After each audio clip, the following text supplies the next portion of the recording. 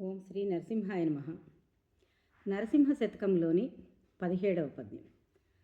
తనువులో ప్రాణముల్ తరలిపోయెడు వేళ నీ స్వరూపమును ధ్యానించునతడు నిమిషమాత్రములోన నిన్ను చేరునుగాని యముని చేతికి చిక్కి శ్రితుల పడడు శ్రమల పడడు పరమ సంతోషాన భజన చేసెడివాని పుణ్యమే మనవచ్చు భోగిశయన మోక్షము నీ దాస ముఖ్యులకు గాని నరకమెక్కడిదయ్య నళిన నేత్ర కమలనాభని మహిమలు గానలేని తుచ్చులకు ముక్తి దొరుకుట దుర్లభంబు భూషణ వికాస శ్రీధర్మ పురనివాస దుష్ట సంహార నరసింహ దురిత దూర.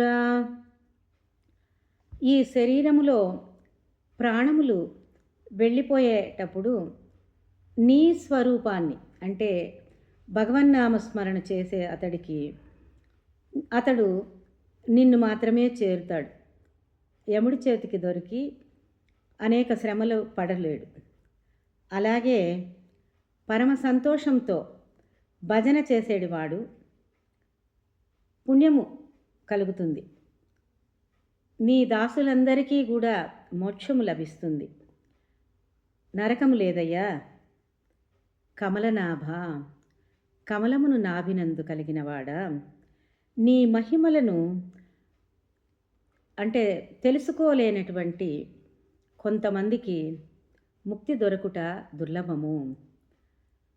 అలంకారముల చేత అలంకరింపబడి శ్రీ లక్ష్మీదేవితో కూడి ధర్మపురిలో నివసించేటువంటి ఓ నరసింహ, పాపములను తొలగించు, దుష్టులను సంహరించి ఓ నరసింహ, నీకివే నా నమస్కారములు తండ్రి. సదా నీ స్మరణలో ఉండేటువంటి వరాన్ని అనుగ్రహించు తండ్రి అని కవిగారు ఈ పద్యంలో ప్రస్తుతించుచున్నారు.